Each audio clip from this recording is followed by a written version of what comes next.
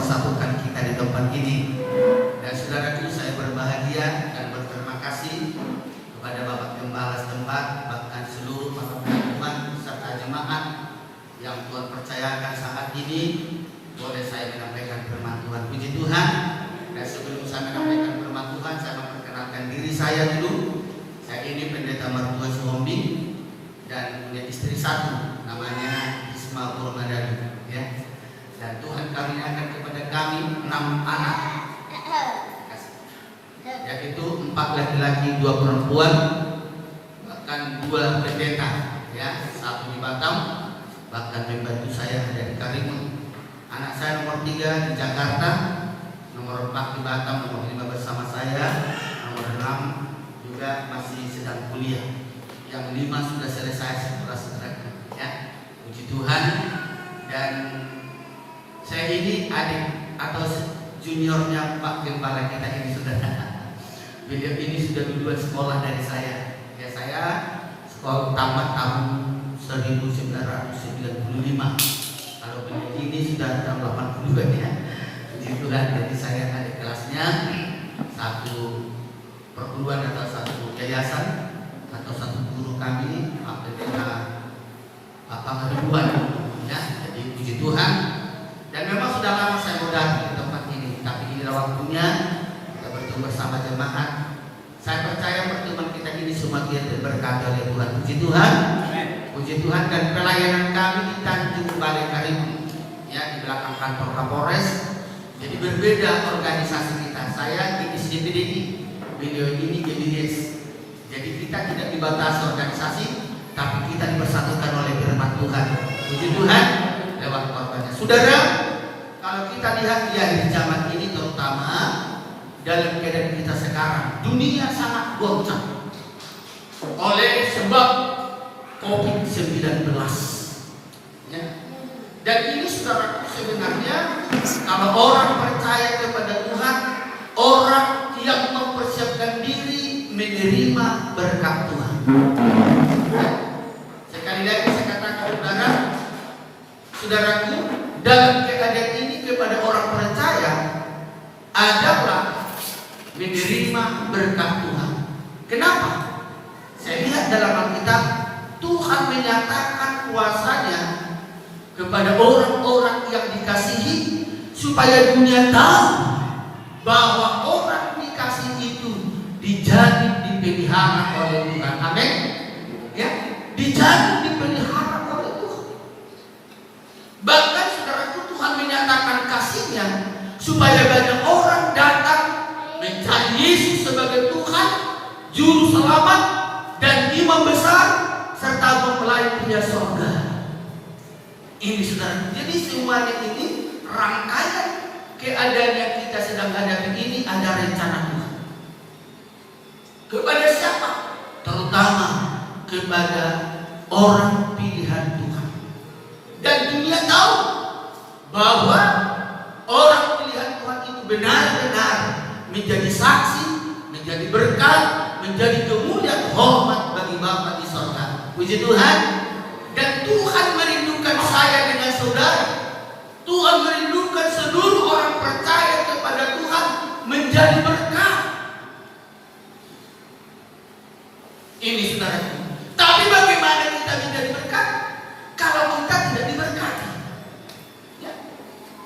Ada 2 berkat, jasmani dan rohani. Tapi di akhir zaman Tuhan rindukan dan Tuhan nyatakan adalah berkat jasmani. Kalau rohani kita sudah diberkati, otomatis mengikutlah berkat jasmani. Dikatakan firman Tuhan dalam Injil Matius pasal 6, carilah dahulu kerajaan Allah dan kebenarannya, maka semuanya ditambahkan kepadamu. Puji Tuhan. Jadi saat ini di tengah-tengah kesulitan ini kita mencari Tuhan, dan Tuhan akan tambahkan berkat berlimpah-limpah bagi kita, saudara. Berkat apa? Rohani dan jasmani.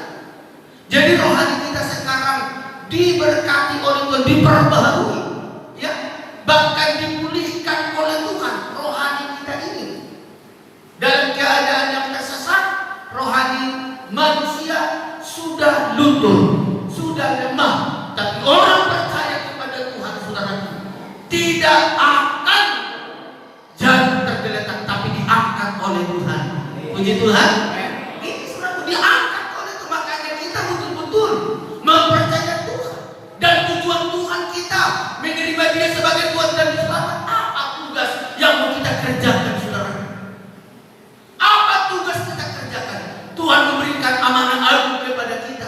melalui firman di dalam Injil Matius pasal yang kelima. Mari kita baca di saudara ya.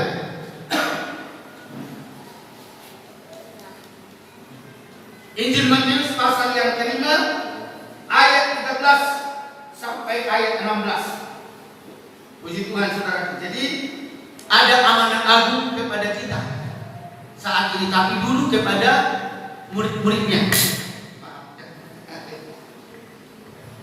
Karena saya biasa pakai tablet ya, gereja jadi sehingga agak sungkan. Tapi puji Tuhan ya, nanti pasti diberkati Tuhan gereja ini. Haleluya. Iya, puji Tuhan saudara. Kita baca dalam Injil Matius karena satu hari ini pada kelahiran saudara. Injil Matius pasal yang ke-5 ayat yang ke Matius pasal 5 ayat 13 saudara.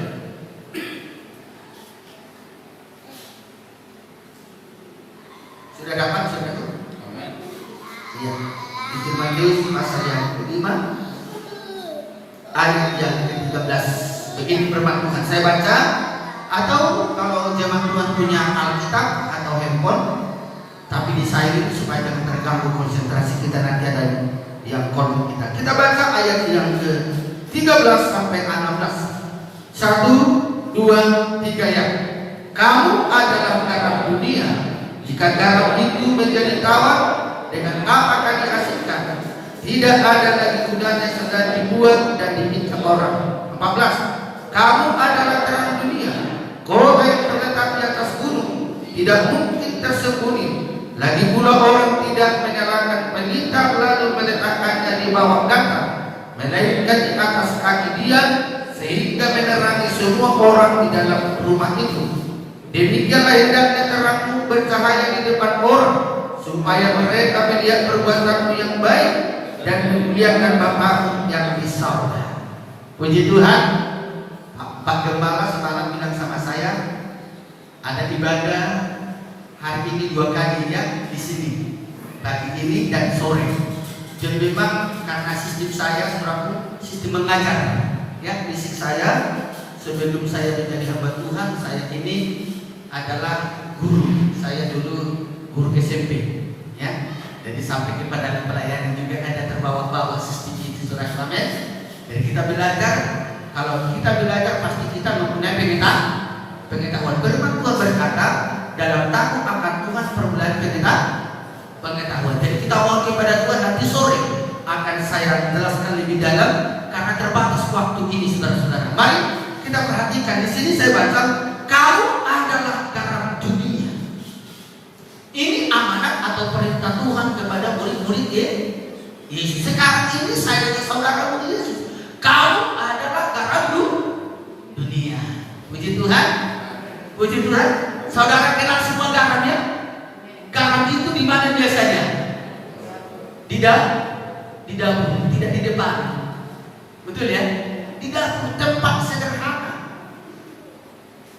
Kalau di kampung kami garam itu dibuat di atas, bahasa Batak para-para.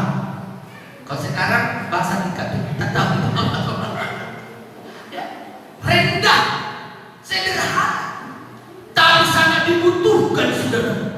Kamu adalah garam dunia. Ada 2 fungsi garam. Ada 2 fungsi garam. Pertama, membuat rasa enak. Betul ya ibu-ibu ya? Kalau ibu-ibu masak nasi, masak sayur atau lauk pauk itu pasti ada garam. Puji Tuhan. Jadi garam itu pertama fungsinya adalah membuat rasa enak. Haleluya. Kedua, mencegah kebusukan.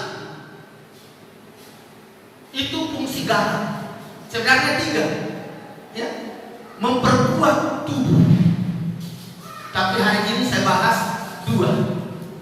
Nanti malam atau sore kita doakan dan Tuhan buka jalan sampai di mana berkat firman ini menolong kita semua. Amin. Seluruh dunia kan membutuhkan garam. Amin. Presiden pun membutuhkan garam. Orang yang paling miskin pun membutuhkan garam. Betul ya? Presiden, jenderal, bupati, gubernur pasti butuh garam. Dari itu sebabnya Yesus berkata dalam Injil Matius, kamu adalah garam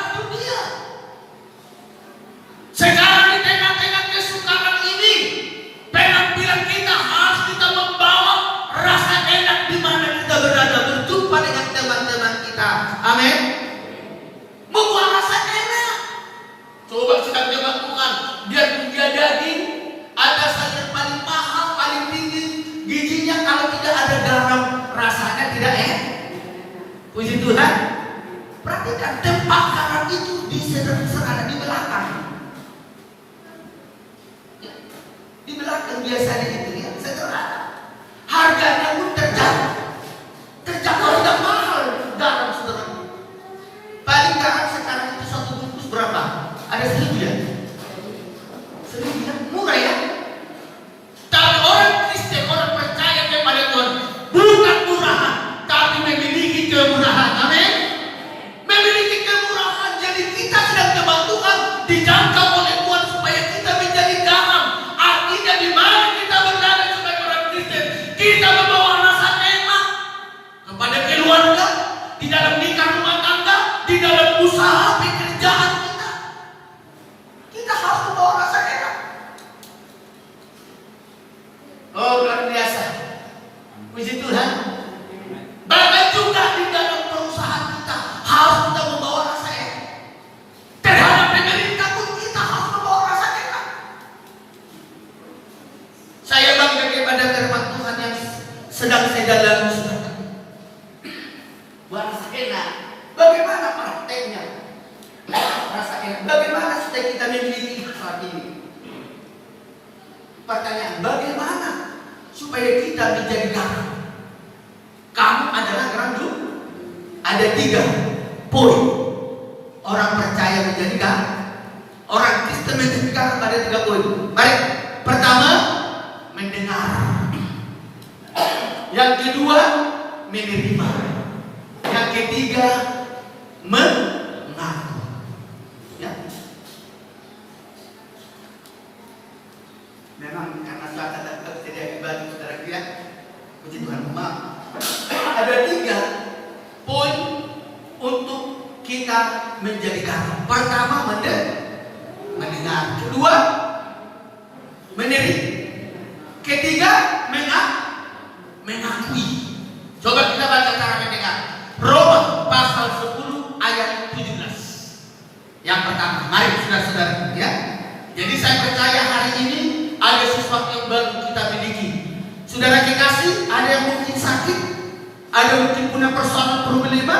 Lewat ibadah kita menjadi garam, penyakit saudara akan sembuh. Amin. Persoalan saudara akan terselesai, usaha saudara akan terangkat, dipulihkan oleh Tuhan.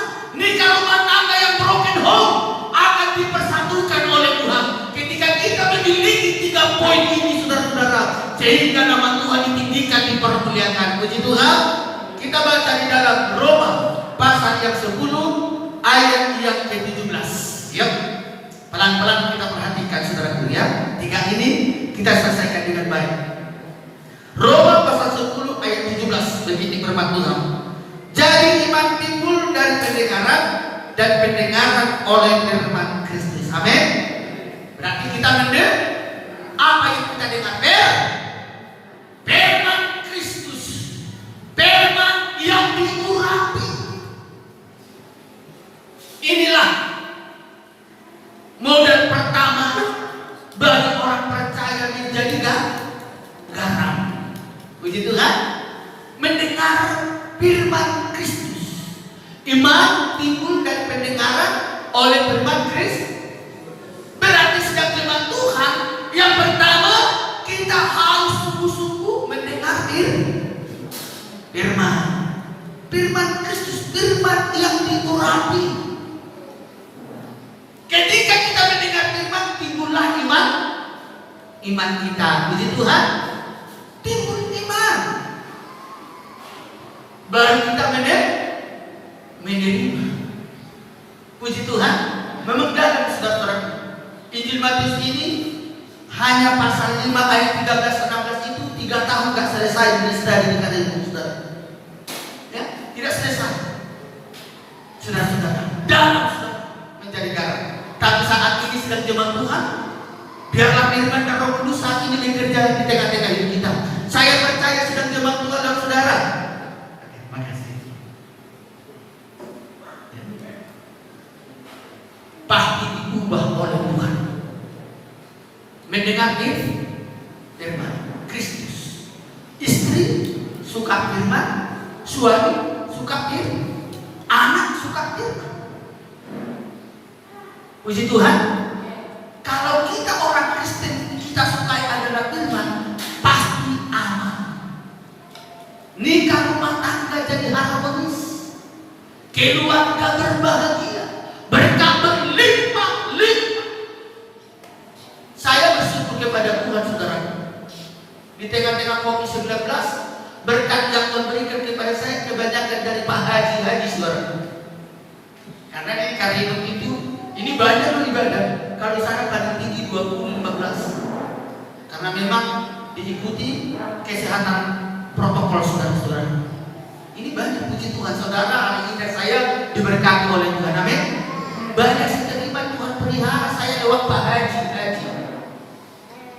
Ya. Kalau jemaat, karena badan menganggur, saudara. Hampir tiap pagi saya diundang Pak Haji untuk serapat. Jadi Pak Haji itu kita doakan supaya mereka diberkati oleh Tuhan, amin. Pak Haji itu baik-baik loh, baik-baik. Tapi puji Tuhan, semua karena kemurahan Tuhan. Dan saat ini mendengar firman, ya, firman Tuhan. Itu sebabnya firman Tuhan berkata, kamu adalah garam dunia. Siapa yang bilang itu ya? Jadi 3 poin untuk kita menjadi garam. Pertama, mendengar. Kedua, menyerik. Ketiga, mengaku. Ya, saya pelan-pelan, ya. Menerima Yesus sebagai Tuhan. Yohanes pasal 1 ayat 12. Tadi mendengar, Roma pasal 10 ayat 17. Sekarang, ya, baru kita baca Yohanes pasal 1 ayat 11. Kita mohon dulu biar kita perhatikan dengan baik-baik. 1 ayat 12. Begini firman Tuhan. Tetapi semua orang yang menerimanya, yang itu adalah besar. Berarti ya, Yesus, ya, diberinya kuasa supaya menjadi anak-anak Allah, yaitu mereka yang percaya dalam namanya. Puji Tuhan. Ya. Dikatakan, tetapi semua orang yang menerimanya diberinya kuasa supaya menjadi anak-anak Allah, yaitu mereka yang percaya ke dalam namanya. Nama siapa? Nama Yesus. Karena ini perjanjian baru. Puji Tuhan. Jadi kalau saudara betul-betul menerima Yesus sebagai Tuhan dan Juru Selamat, lewat saudara mendengar firman yang diurapi oleh Roh Kudus, saudara layak menjadi anak-anak Allah. Amin. Coba sedang teman Tuhan, kita orang tua, kalau kita punya anak, pasti kita berusaha bagaimana anak kita ini orang berhasil, betul? Betul ya? Demikian juga kita dengar firman Tuhan, kita terima dengan iman, kita dikategorikan menjadi anak, berarti Bapa menyediakan untuk anak. Puji Tuhan, Bapa kita di surga sekarang menyediakan yang terbaik bagi kita. Asalkan betul-betul kita terima Dia menjadi Tuhan dan Juru. Puji Tuhan. Banyak orang Kristen di dunia ini sedang jemaat Tuhan, orang Kristen baik karismatik, baik Pentakosta, tapi betul-betul tidak diterima Yesus sebagai Tuhan dan Juru Selamat. Banyak, makanya hidupnya selalu mengalami penderitaan, mengalami persoalan yang sangat berat.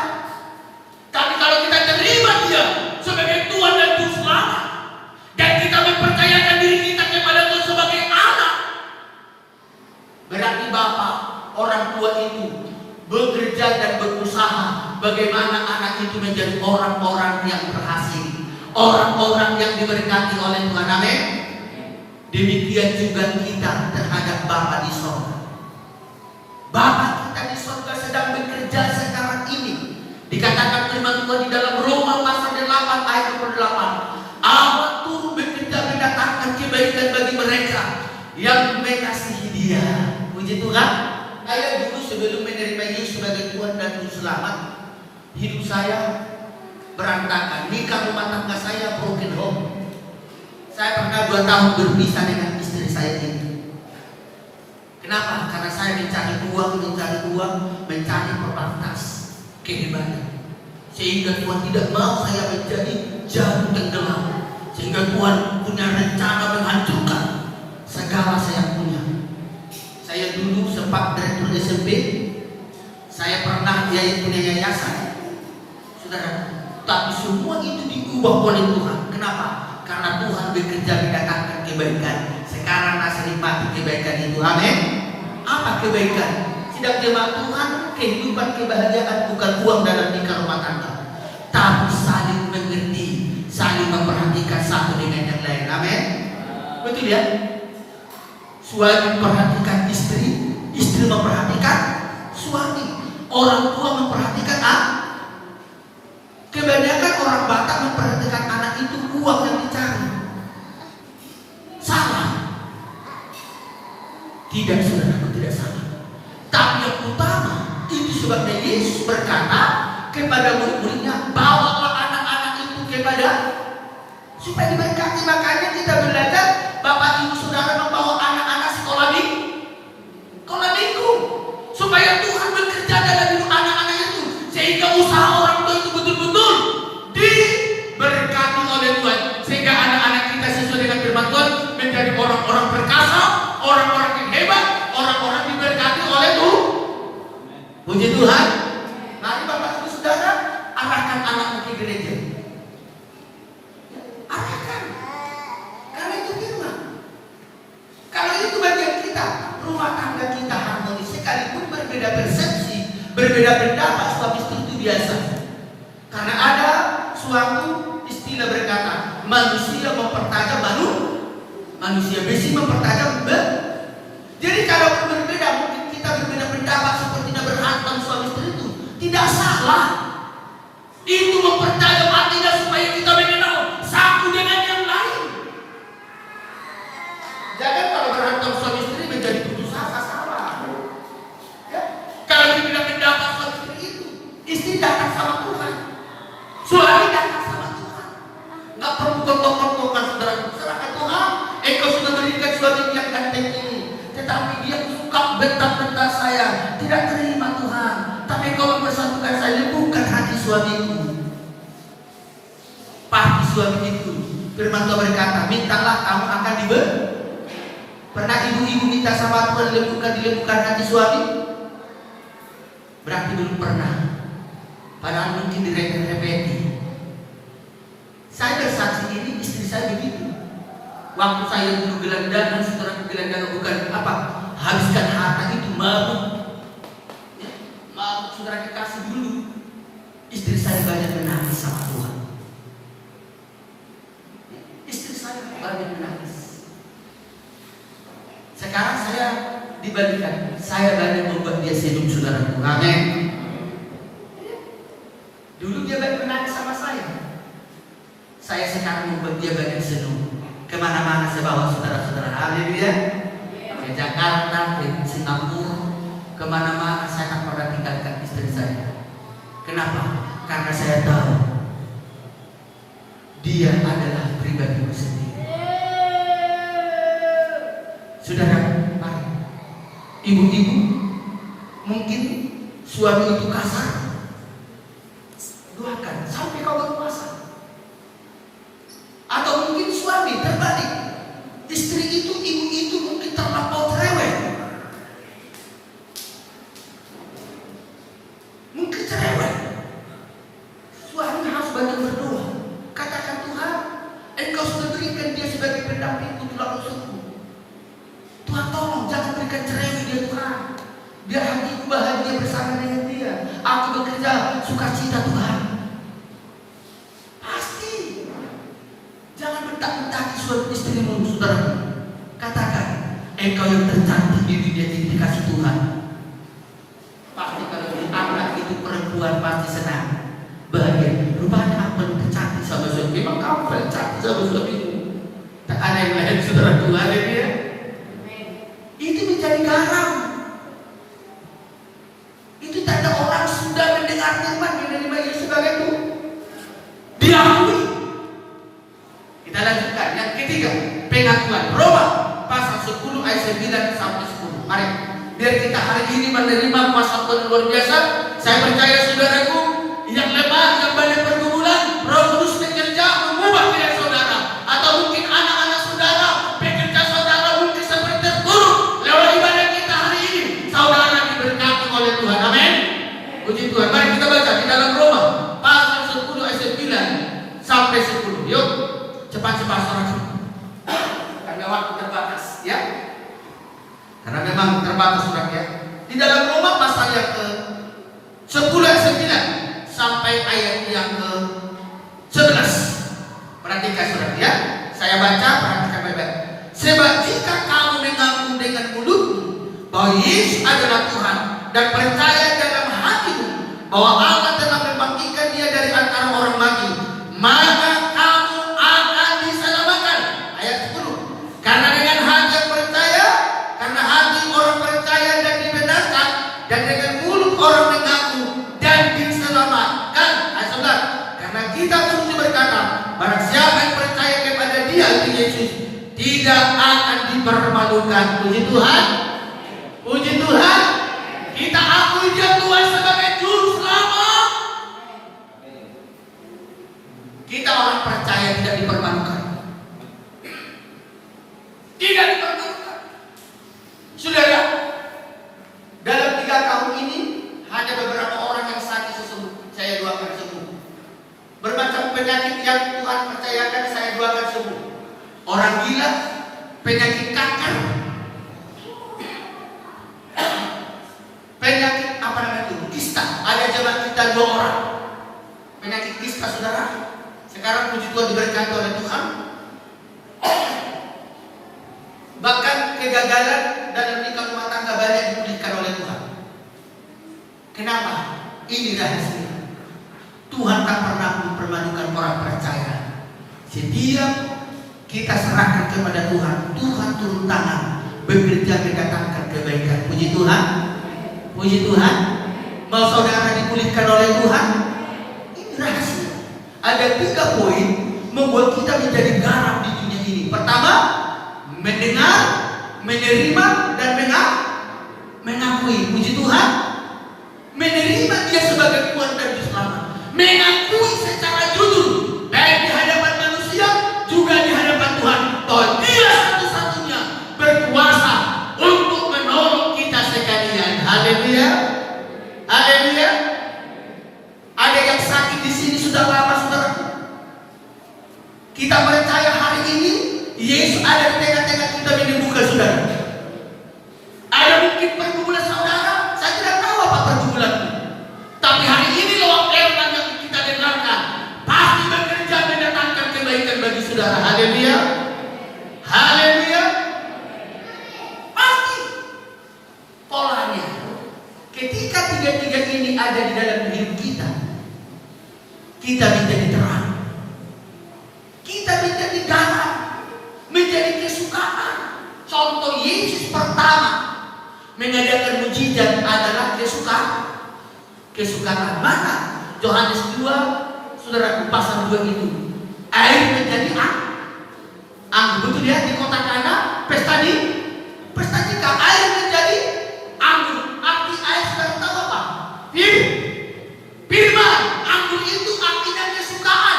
Berarti kalau firman kesukaan kita, pasti ada sidang jemaat Tuhan kebahagiaan. Amin. Firman kesukaan suami, firman kesukaan istri, firman kesukaan anak-anak, firman kesukaan kita bersama. Oh, kalau firman kesukaan kita suka melayani. Melayani itu berkorban, korban waktu, tenaga, pikiran dan materi. Jemaat juga harus melibatkan diri dalam pelayanan. Mungkin karunia saudara diberkati oleh Tuhan dan karuniamu itu suka memberi, jangan tahan-tahan. Suka mungkin saudara berdoa, jangan tahan-tahan. Tingkatkan karunia-karunia saudara sehingga saudara niatan, saudara menerima kenyataan bahwa saudara adalah milik Tuhan. Amin. Bisa dunia berdoa. Sidang jemaat Tuhan, saya bersyukur kepada Tuhan. Kalau dulunya paling susah bertemu pendeta dengan haji dan ustaz, tapi sekarang saya bersyukur kepada Tuhan. Ada teknisnya kita untuk bertemu dengan mereka. berdoa kepada Tuhan buat Pak haji-haji yang ada di Indonesia supaya diberkati, dipakai oleh Tuhan. Dipakai Tuhan, saudara. Dan jemaat Tuhan terutama dilimpahkan berkat berlimpah-limpah. Haleluya. Dilimpahkan berkat. Itu sebabnya kita sekarang sudah memiliki 3 poin.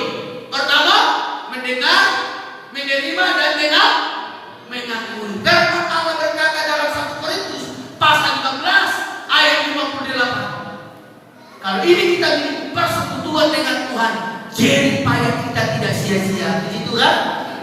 Jerih payah kita tidak sia-sia.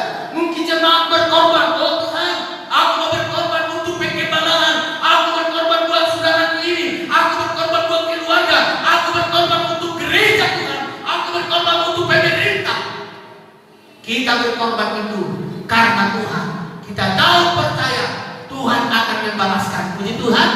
Itu sebabnya firman Tuhan berkata sebagai terakhir, karena terbatas dibilang oleh Bapak ini.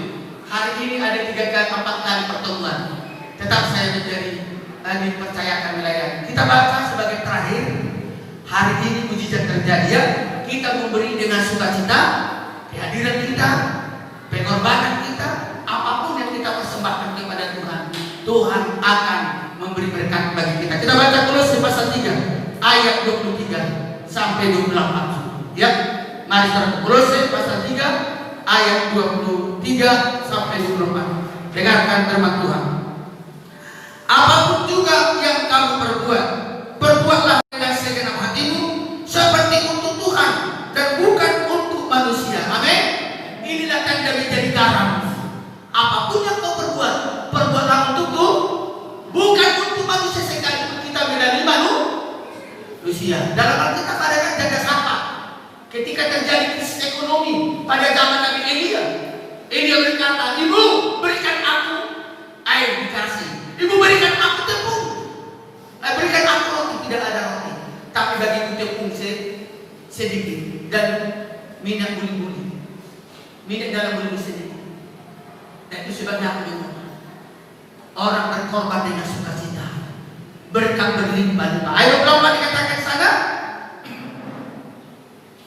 kamu tahu bahwa dari Tuhanlah kamu akan menerima bagian yang ditentukan bagimu sebagai upah. Kristus adalah Tuhan dan kamu hambanya. Puji Tuhan. Begitulah penerimaan janda zakat itu. Di tengah-tengah krisis dia berkorban. Saudara kekasih dalam nama Tuhan, dia mendapat berkat yang luar biasa. Hari ini kita berkorban waktu, tenaga, pikiran, apapun kita korbankan kepada Tuhan. Hari ini kita menerima berkat berlimpah-limpah. Puji Tuhan.